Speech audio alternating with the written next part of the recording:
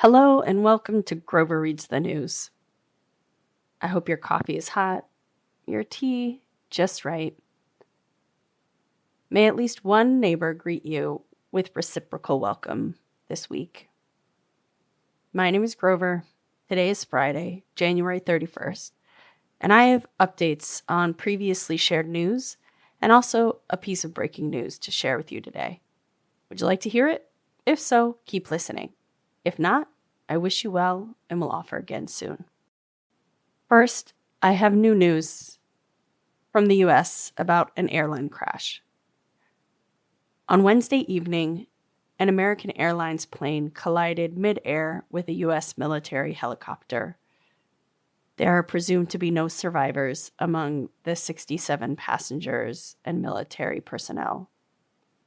Among the passengers on the American Airlines flight from Wichita, Kansas to DC's Reagan National Airport were members of the international ice skating community, coaches, skaters, and their parents returning home from a national figure skating development camp in Wichita.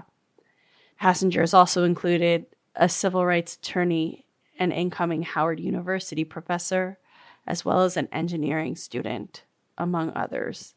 The cause of the crash is currently unknown. Next, I have updates from previous stories about the ceasefire between Israel and Hamas in Greenland. The Associated Press reports that 8 more hostages were freed from the Gaza Strip by Hamas-led militants, and Israel released 110 Palestinian prisoners on Thursday, while Israel continues to make attacks in the West Bank. The ceasefire in Gaza is currently still holding. A poll of Greenlanders show an overwhelming opposition to Donald Trump's insistence that Greenland should become part of the United States.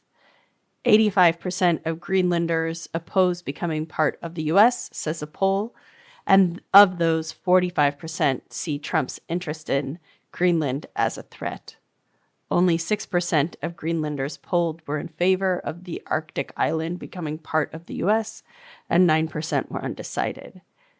Greenland is a semi-autonomous, self-governing democracy made up of 90% indigenous Inuit community members. My final update on a previous news item also serves as my offering of good human news for the week. This is news about a federal employee resisting the implementation of Trump's chaos agenda, which sidesteps many of the basic laws governing our country. On Monday, the Trump administration put many senior officials in the U.S. Agency for International Development, or USAID, on leave after accusing them of trying to, quote, circumvent Trump's freeze on all international aid.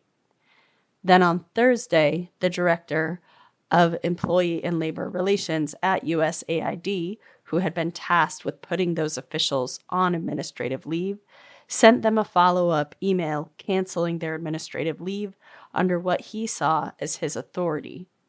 He said he had, quote, reviewed the materials that served as the purported basis for your replacement in this status, unquote, and, quote, found no evidence that you engaged in misconduct, reports the Washington Post. After rescinding the officials' administrative leaves, he himself was put on administrative leave. He sent an email to his colleagues shortly after saying, "The Department of Government Efficiency instructed me to violate the due process of our employees by issuing immediate termination notices to a group of employees without due process. I was notified moments ago that I will be placed on administrative leave effective immediately. It has been an honor working with you all."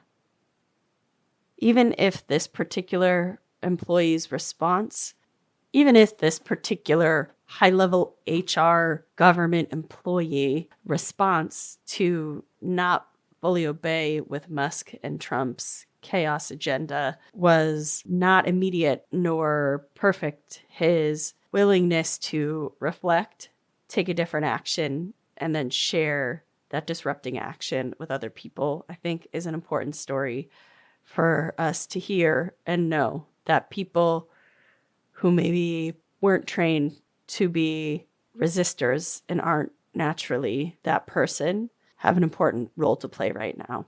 I think it's important for us to hear these stories. May his bravery only grow, and each of us as well. Thank you for joining me to hear the news today. The news is often about great losses of people, of futures, of things we care deeply about. And sometimes the news brings hope and possibilities. I'm glad you joined me today so we could face it together.